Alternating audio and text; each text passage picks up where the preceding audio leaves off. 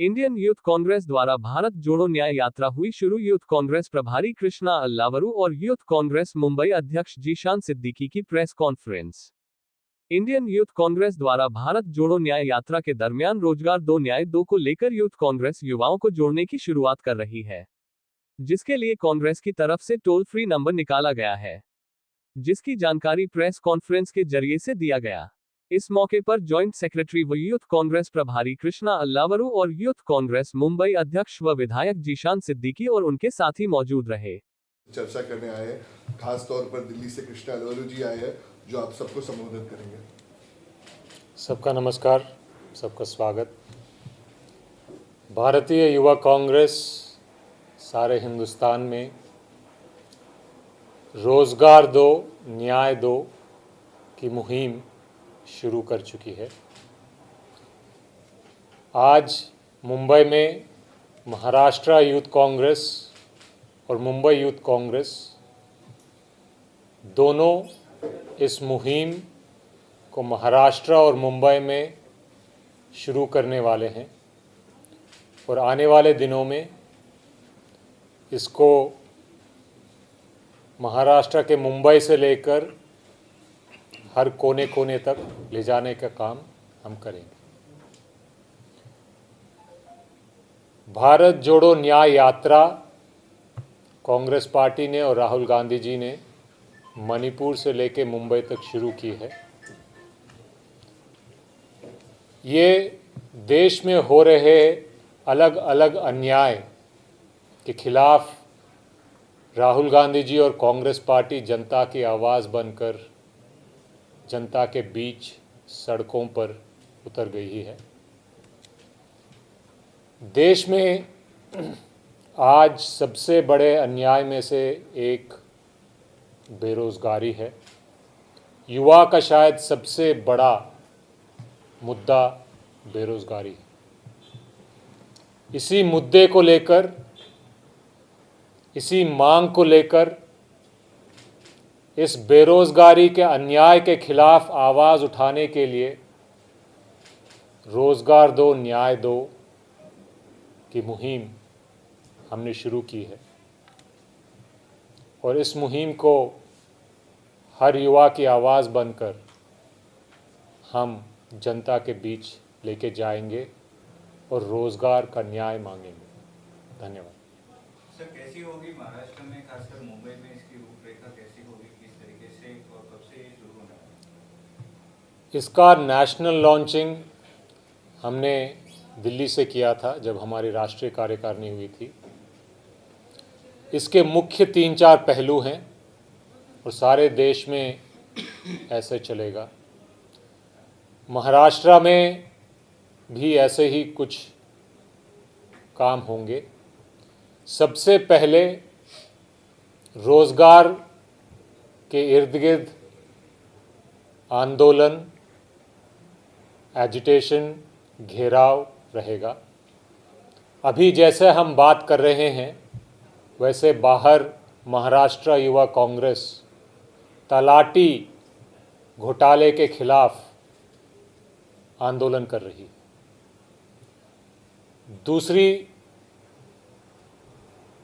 दूसरा जो काम होगा वो ये रहेगा कि जिले स्तर पर, ब्लॉक स्तर पर, लोकल लेवल पर रोज़गार दो न्याय दो बाइक रैलीज निकाले जाएंगे। तीसरा जो काम होगा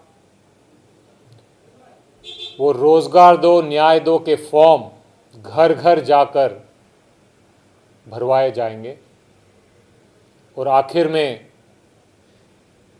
अलग अलग स्तर पर रोज़गार दो न्याय दो के सम्मेलन होंगे। तो इस कार्यक्रम का ये मोटा मोटा रूपरेखा है। मुंबई में भी, महाराष्ट्र में भी कुणाल राउत और उनकी टीम और जीशान और उनकी टीम ये काम युवाओं के बीच, युवाओं के साथ मजबूती से करेंगे। ये पूरी उम्मीद के साथ आज मुंबई से ये काम शुरू होने वाला है। पिछले 10 साल अन्यायकाल इस तरीके से बोर्ड भी लगा हुआ है आपके पीछे, ये किस तरीके से है और इससे लोग जो जूझ रहे हैं उससे बाहर निकालने के लिए कांग्रेस किस तरीके का कदम उठा रही है? बेरोजगारी जो आज हिंदुस्तान में रिकॉर्ड तोड़ रही है, वो पिछले 10 साल में इतनी क्यों बढ़ी है? इसका एक सबसे बड़ा कारण है कि ये गलत नीति के वजह से बढ़ी है। इससे पहले जब मनमोहन जी की सरकार थी, रोजगार की चीखें आज जिस तरीके से सुनाई देती हैं उस तरीके से नहीं सुनाई देती। तो हम युवाओं को कहना चाहते हैं कि कांग्रेस की सरकार ने रोजगार देने का काम किया है, रोजगार बढ़ाने का काम किया है। हमने पहले करके दिखाया है और आने वाले लोकसभा में इंडिया अलायंस और कांग्रेस पार्टी की जब आप युवाओं के लिए हमारे घोषणा देखोगे तो उसमें ये क्लियरली हम बताएंगे कि रोज़गार कैसे मिलेगा, रोज़गार कैसे बढ़ेगा, किसको कौन सी नौकरी मिल सकती है, ये सारी डिटेल में बताई जाएंगी। इन चीज़ों को लेकर युवा कांग्रेस से भी हिंदुस्तान के युवाओं के तरफ से मैनिफेस्टो कमेटी के साथ बातचीत हो रही है और इन मुहिमों के द्वारा जो भी युवाओं के तरफ से डिमांड्स आएंगे उसमें से जो लागू कर पाएंगे, जिसके द्वारा हम रोज़गार बढ़ा पाएंगे, मुझे विश्वास है कि कांग्रेस पार्टी और इंडिया अलायंस उन मुद्दों को अपने घोषणा पत्र में शामिल करेंगे। सर, ऐसा लगता है इस मुहिम से युवा जो है कांग्रेस से जुड़ेगा? युवा का मुद्दा है, उनकी परेशानी है, उनका दर्द है, उनका भविष्य है। इस मुद्दे के साथ युवा हमसे जुड़ेगा, हमें विश्वास है, क्योंकि हम उनके मुद्दे, उनकी पीड़ा, उनका दर्द और उनकी आवाज़ बन के उनके बीच में जा रहे हैं। सर, अयोध्या में जिस तरीके से कल राम मंदिर का अनावरण किया गया, उसके साथ ही जब मोदी जी से पूछा गया था कि देश धर्म को लेकर देश को बांटने का काम चल रहा है, लेकिन उन्होंने कहा था कि हम युवाओं को जोड़ रहे हैं और वहाँ पर रोजगार बढ़ रहा है। कांग्रेस ने सिर्फ वादा किया था, उस वादे पर खरे कभी नहीं उतरा। बीजेपी जो है उसमें पूरी तरीके से सक्षम है। राम मंदिर और रोज़गार का क्या कनेक्शन है, ये शायद मोदी जी समझा पाएंगे, क्योंकि पिछले 10 साल में उन्होंने कितने रोज़गार दिए वो किसी से छुपा हुआ नहीं है। उन्हीं के आंकड़े बताते हैं कि बेरोज़गार रिकॉर्ड लेवल पे पहुंच गई है। 10 साल पहले बेरोज़गारी मनमोहन सिंह जी के समय पे काफ़ी कम थी, तो इसीलिए थी क्योंकि मनमोहन जी की सरकार ने बहुत मुश्किल वक्त पर सही नीतियों अपनाकर रोज़गार पैदा किया था। आपको याद होगा कि 2008 और 9 में सारे विश्व में बहुत बड़ा क्राइसिस आ गया था, रोज़गार हर तरफ से बर्बाद हो रहे थे। फिर भी डॉक्टर मनमोहन सिंह, कांग्रेस, यूपीए सरकार की नीतियों की वजह से हिंदुस्तान में रोज़गार बचे रहे। 2014 के बाद अलग अलग नीतियां, गलत नीतियों की वजह से रोज़गार मारे गए। नोटबंदी की वजह से फ़ायदा क्या हुआ कोई आज तक बता नहीं पाया, लेकिन ये क्लियर है, सरकार का डेटा उठा लो या किसी का भी डेटा उठा लो, कि रोज़गार बर्बाद हुए।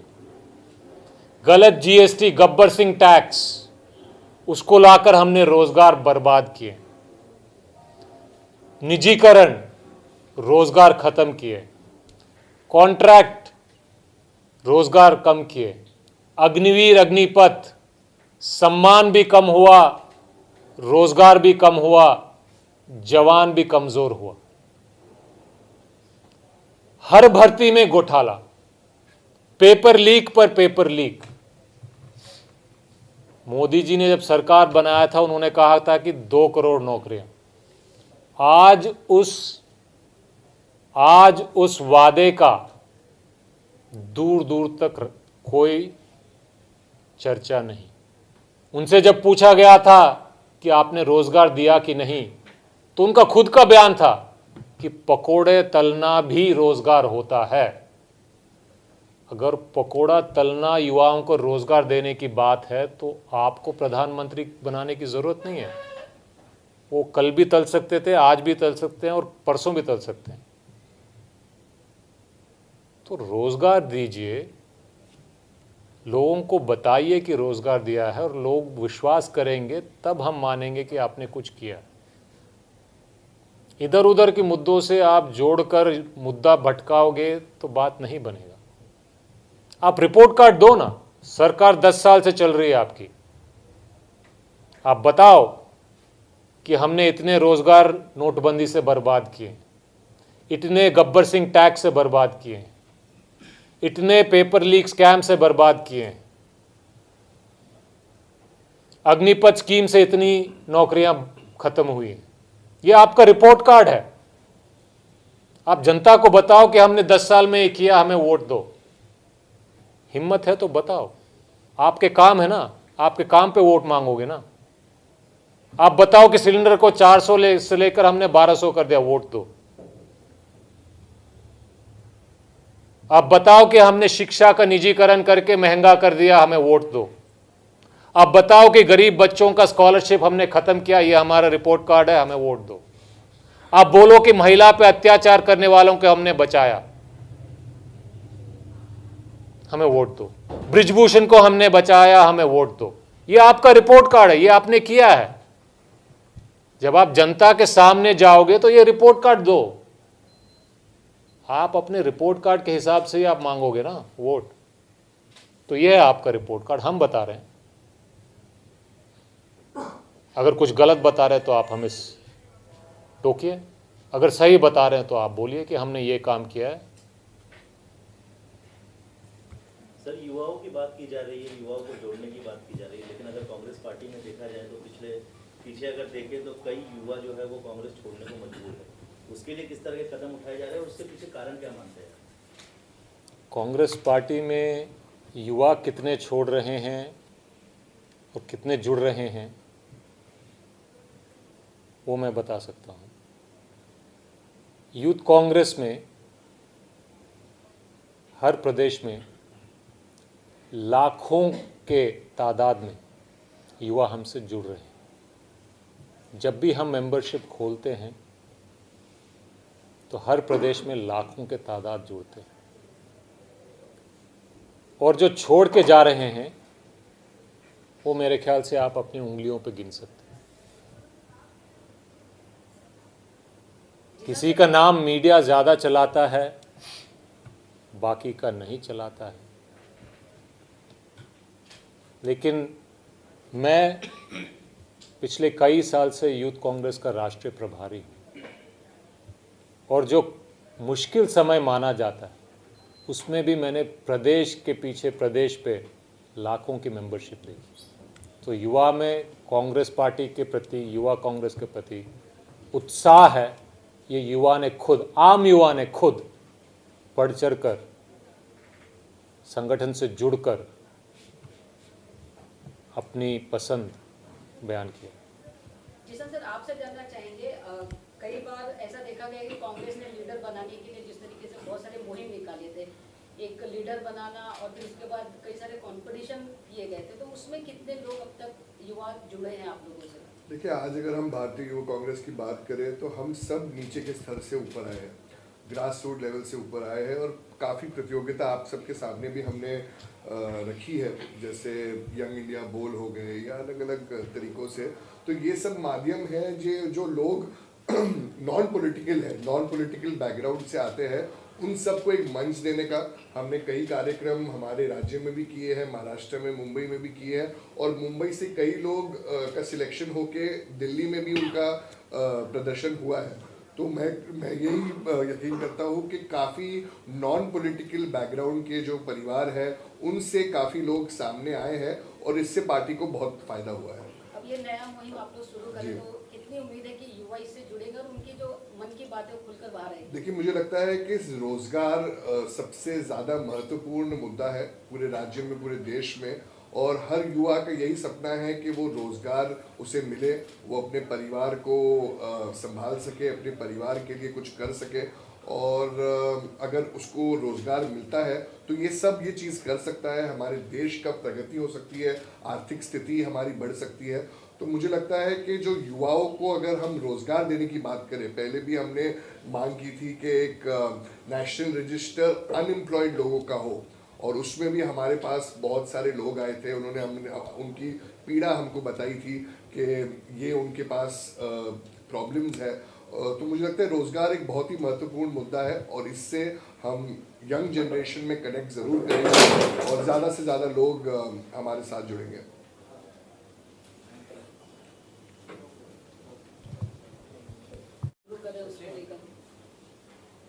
देखिए, रोजगार देने से अच्छा मुझे नहीं लगता है कि कोई भी मैसेज होगा। आज हमारे बीच में कृष्णा अरोरा जी यही बताने आए हैं कि मुंबई में, महाराष्ट्र में आज हम ये मुहिम लॉन्च करने जा रहे हैं, रोजगार गया, न्याय गया, और मुझे लगता है देश में लोगों को न्याय मिलने की बहुत ज़रूरत है, और उसकी शुरुआत इंडियन यूथ कांग्रेस रोजगार से करना चाहेगा। एक मिस्ड कॉल नंबर भी है हमारे पास जो हम आपके सामने पेश करना चाहेंगे, और लोग हमारे साथ इस मिस्ड कॉल नंबर के माध्यम से जुड़ सकते हैं।